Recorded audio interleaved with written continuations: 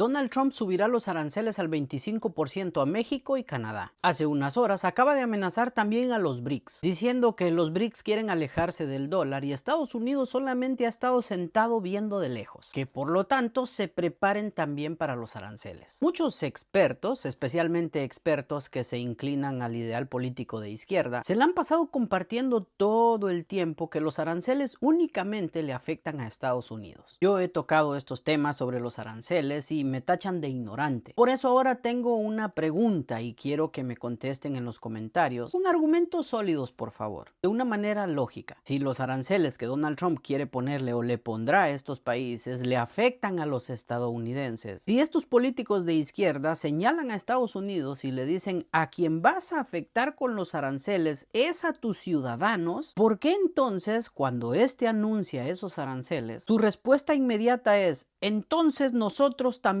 te pondremos aranceles? Técnicamente como que todo está bien, pero algo no cuadra. ¿Qué tal, gente? Pues resulta que Luis otra vez hizo un video tratando de justificar las acciones de Donald Trump utilizando toda su lógica y su raciocinio, y para él, para sus seguidores o para los amantes de Trump parece que tiene sentido, pero solo si no entiendes todo el contexto histórico que viene detrás. Así es que vamos a hablar un poquito de qué fue lo que dijo Luis, qué es la parte que no entiende, las cosas que ya nos ayudó a explicar el Economicon y por qué esto, como dijera mi abuela, no es enchilame esta gorda. Ok. Primero que nada, ¿qué dijo Luis? Él dice que es hipócrita, cínico o dos caras el estar diciendo que Trump es un mal presidente porque al imponer aranceles a otros países lo único que genera es que suban los precios en los Estados Unidos y los usuarios, los ciudadanos norteamericanos van a ser los que van a acabar pagando estos costos. Que de hecho es cierto, pero que entonces, ¿por qué si México u otros países deciden imponer también aranceles a Estados Unidos, por qué nadie les dice que ellos están dañando a su ciudadanía? Y para entender esto tenemos que entender un contexto histórico como lo es la Guerra del Pollo. Suena más interesante de lo que es, no hubo ataques de pollo, simplemente fue una guerra comercial de la posguerra. Recordemos, después de la Segunda Guerra Mundial, pues obviamente la infraestructura en Europa estaba muy dañada, no había muchas granjas avícolas, entonces el pollo pues era difícil de conseguir y era caro. Entra Estados Unidos, que tiene su producción todavía íntegra, ¿por qué? Pues porque ellos no fueron bombardeados. Y estaban al 100, o tal vez a más del 100, porque estaban vendiendo pollo muy barato a Europa, sobre todo a Alemania. Y de hecho los países europeos empezaron a acusar a Estados Unidos de dumping, que es una práctica en donde el país sobreproduce y para que no haya un exceso de oferta y baje la demanda, entonces lo exportan a otros países, pero muy barato, y obviamente esto daña a los demás países. ¿Por qué? Porque ellos están tratando de reactivar su economía, de tener otra vez granjeros que tengan pollos, pero no pueden competir contra los precios tan baratos de los Estados Unidos. Entonces Francia decide prohibir los pollos de Estados Unidos, pero por hormonas, porque decían que los hombres se hacían pretextos. Pero Alemania le impone aranceles justamente para incentivar la producción nacional. Recordemos que una de las consecuencias de la importación es que baja el Producto Interno Bruto. Entonces, Alemania, que estaba muy aporreado después de la guerra, ya saben, el muro de Berlín, Europa capitalista y ellos con una parte comunista, simplemente estaban tratando de volver al juego. Entonces le ponen aranceles al pollo y Estados Unidos dice, eso no me gusta nada. Y entonces viene la consecuencia que le llamamos represalias. Por favor, los fans de este hombre, apréndanse esa palabra, represalias. Estados Unidos dice, tú le pones aranceles a mis pollos, pues yo le voy a poner aranceles a tus. ¿Qué cosa compramos de Europa?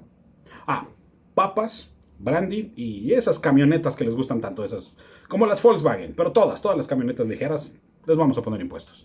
¿Y qué pasa? Que para los productores americanos, ya saben, General Motors, Ford, es como que genial. Pero si fuera tan sencillo, entonces no estaríamos haciendo este video. Por un momento fue bueno porque los productores de autos en Estados Unidos entonces empiezan a vender más camionetas. Los Volkswagen de hecho se empiezan a volver raros en Estados Unidos, por eso casi no tienen combis, aparte de por otras regulaciones ecológicas. Pero no solamente de Volkswagen, no solamente de Alemania, sino que las camionetas ligeras empiezan a ser demasiado costosas en Estados Unidos. Y después las empresas de Estados Unidos que tenían ensambladoras en Europa se dan cuenta de, ups, ahora es mucho más caro. ¿Qué voy a hacer? Empiezan de hecho a tratar de saltarse los aranceles y a importar camionetas que tenían asientos para decir, no es una camioneta, es un sedán. Traían camionetas que traían asientos y en Estados Unidos se los quitaban para hacerlas de carga, les costaba cientos de dólares, pero con esto pues no les salía tan caro como los aranceles. La cosa es que de nuevo, por un lado parecía que a los productores americanos esto les convenía, pero a la hora de la hora no. Los aranceles son un área gris. Entonces, tenemos que entender que esto nos dice, cuando te pones a estar en el tú y yo y en el toma y daca, de repente el público acaba pagando y hasta la fecha todavía existen esos aranceles a las camionetas europeas.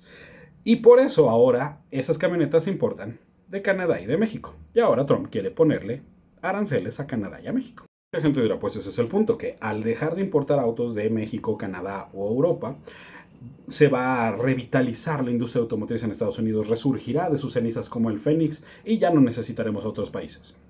En primera, claro que no. Pero incluso si eso fuera cierto, no todo a lo que Trump le pretende poner aranceles se puede producir en Estados Unidos. Por ejemplo, ya dijimos los aguacates. Los aguacates se cosechan en Michoacán, no en Michigan. Inténtenlo. Pues sí, pero ¿qué importa los aguacates? Podemos dejar de consumir aguacates. Ahora que viene el Super Bowl, quiero ver. Pero incluso si eso fuera el caso, van a dejar de comprar autos, van a dejar de comprar aguacates, también van a dejar de comprar petróleo. ¿De qué hablas? Estados Unidos produce muchísimo petróleo, produce mucho, pero también lo vende y luego compra. ¿Por qué?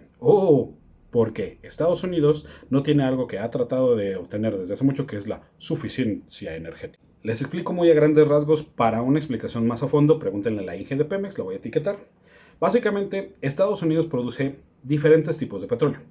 A uno, de una manera muy simple, le vamos a llamar petróleo directo. Pensemos en Texas. Extrae petróleo, lo refina y lo vende como gasolina dentro de Texas. Y por eso, en Texas, la gasolina es más barata. Pero hay otro tipo de petróleo que se obtiene a través del fracking, que aparte es un proceso contaminante y que tiene todo un rollo. La cosa es que las refinerías que pueden refinar, valga la redundancia, el otro tipo de petróleo, no pueden refinar este.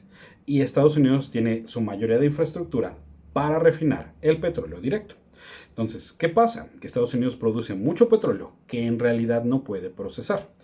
Y ya sea por las restricciones ambientales, que sí, Trump ya las va a quitar, pero de todos modos, por el costo, estar construyendo refinerías sale muy caro y es muy tardado, ¿verdad, AMLO?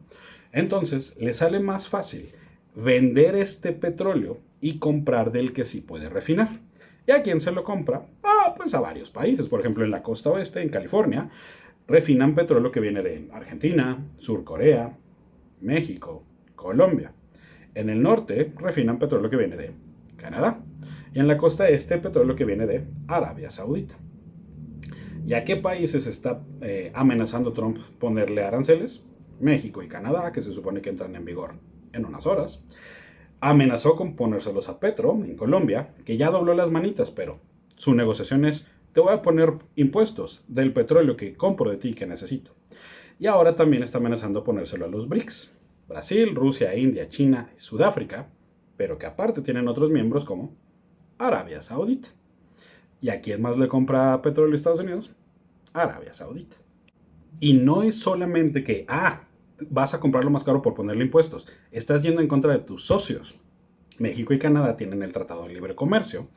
Y con Arabia Saudita hay una historia compleja. El Economicón ya les contó una parte, que es el ataque de Yom Kippur en 1973. Egipto ataca a Israel. Israel le pide ayuda a Estados Unidos lo ayuda, y los países de la OPEP, los árabes, dicen y entonces dejan de suministrar petróleo como represalias.